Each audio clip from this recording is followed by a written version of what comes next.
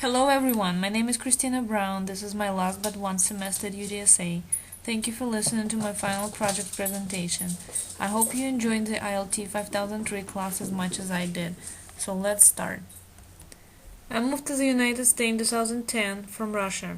I received my bachelor degree in economics from the Moscow University of Industry and Finance. During my college years, I was an English tutor for my neighbor's children. The main reason why I moved because I was looking for freedom from my parents and better life for myself. I guess I can say I was chasing the American dream, like a lot of immigrants do. At the end of 2014, I joined the U.S. Army and served at Fort Sam Houston in San Antonio, Texas, as the reserve unit as a culinary specialist. And I can say that my home is here in America. It has just been 6 years since I moved, but I still getting the same question where my accent is from and where my home is. And I can say that my home is here, in the US.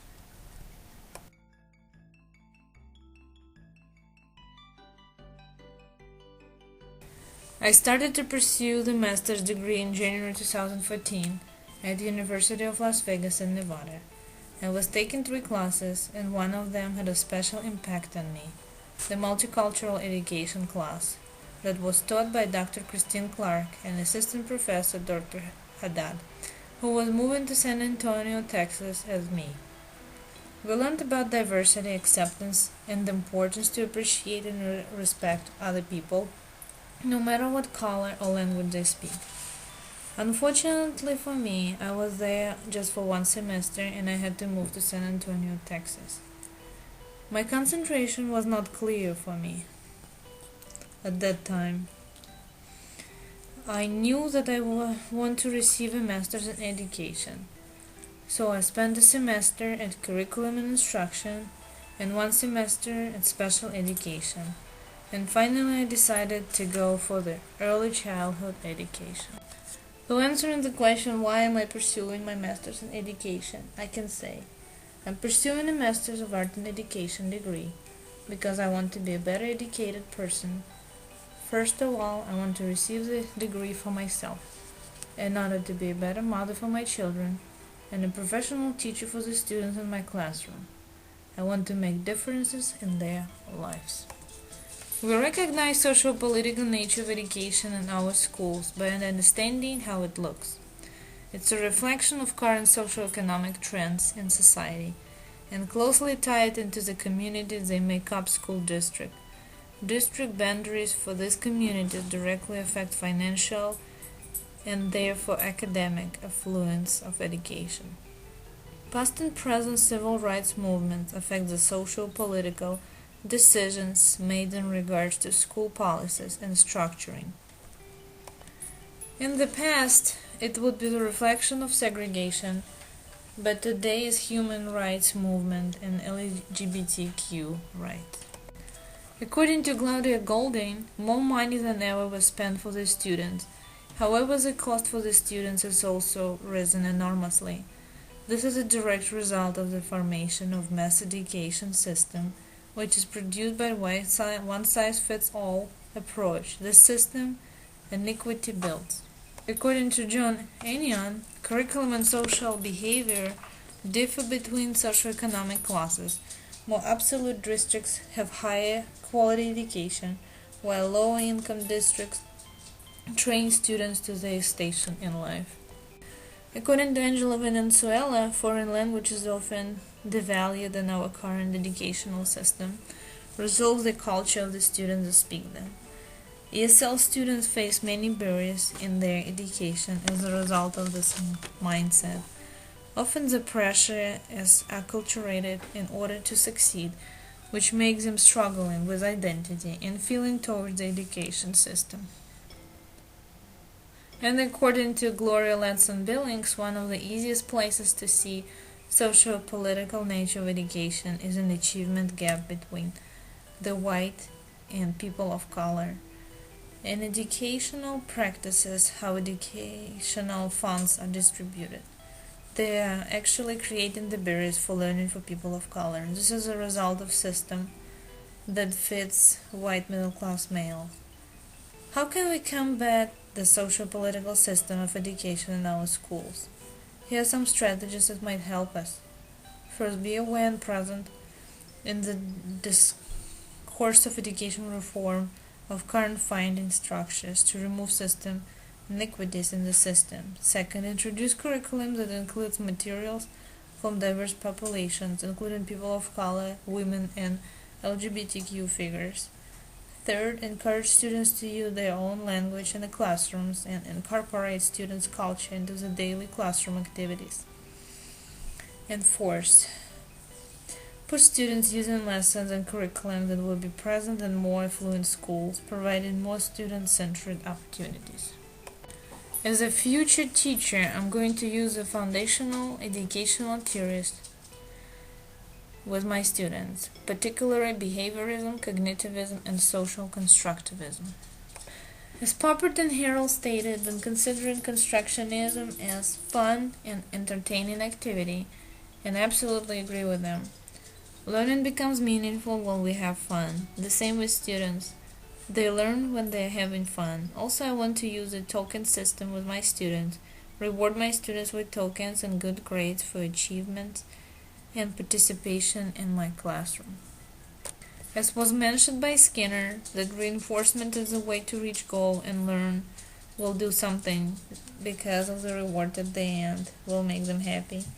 Reward doesn't always have to be the materialistic object. Some students have the intrinsic motivation. As Piaget states, cognitivism educational theory. By adding and escalating the difficulty of the information presented for the students, I'll use Vygotsky's theory of zone proximal development and scaffolding.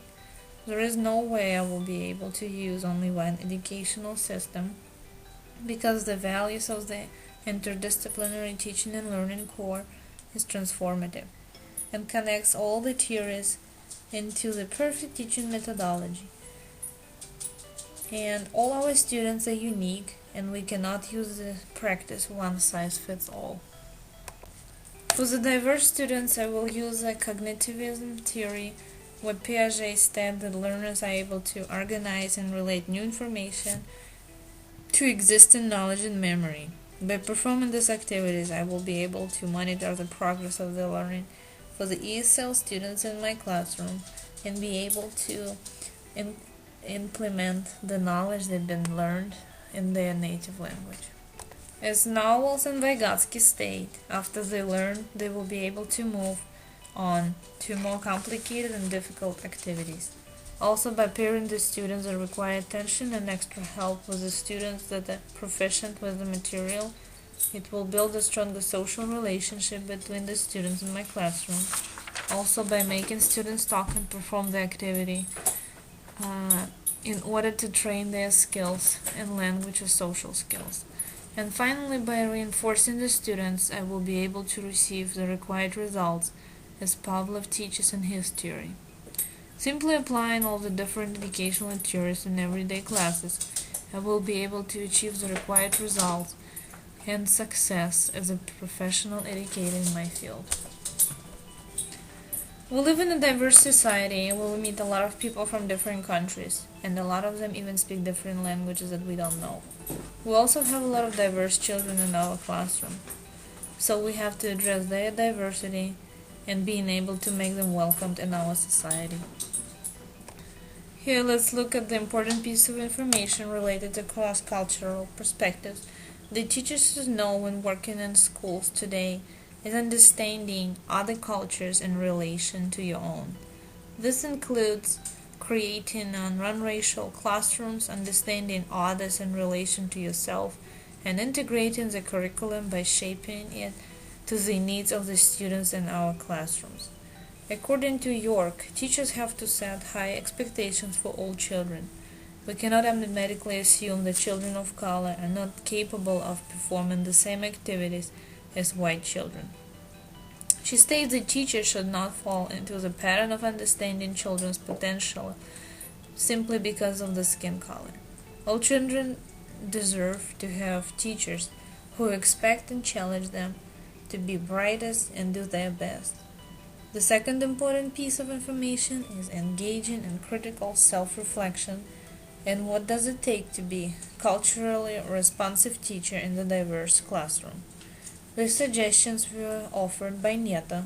She suggests to value the language and culture of the students we teach and their families, insisting on high-quality, excellent work from all students, also honoring families for their diversities and differences, and exemplifying a commitment to lifelong learning.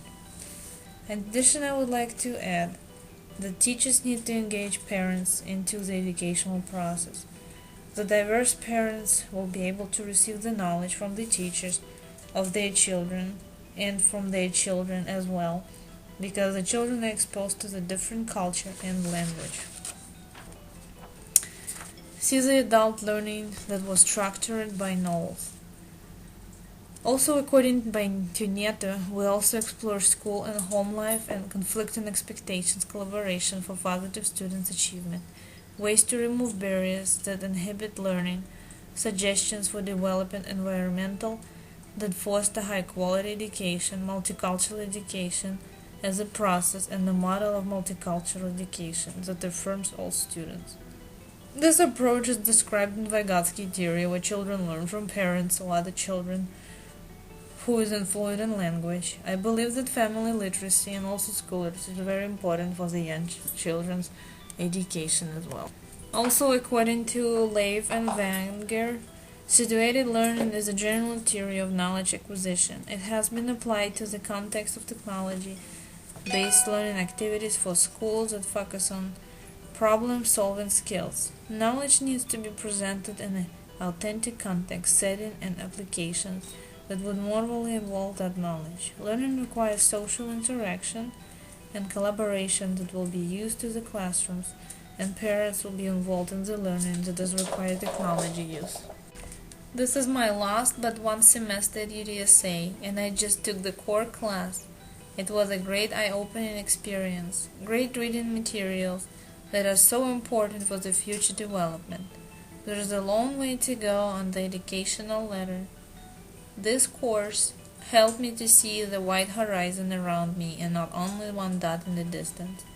As the example in the reading, Moran described the history of interdisciplinary and how it began and has changed over the years. He described that it began with organizing knowledge during the Greek philosopher time of Aristotle. He influenced the idea to divide knowledge into three categories, which are theoretical, practical, or productive.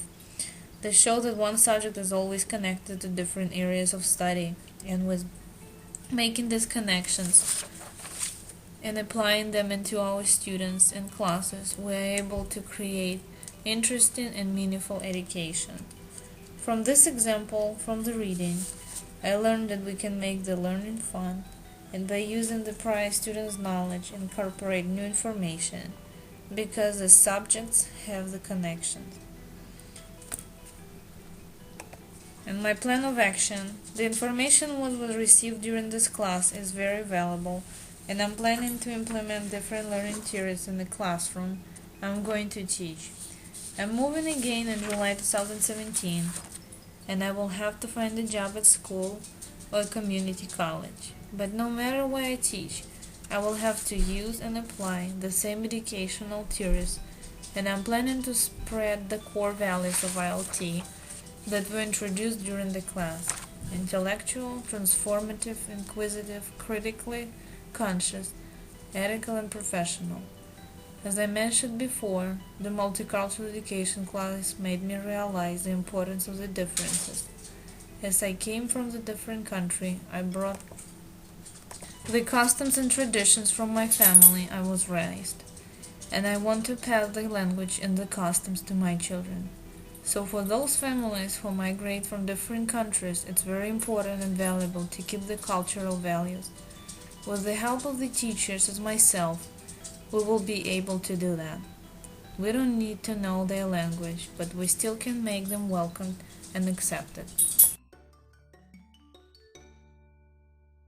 Thank you for listening.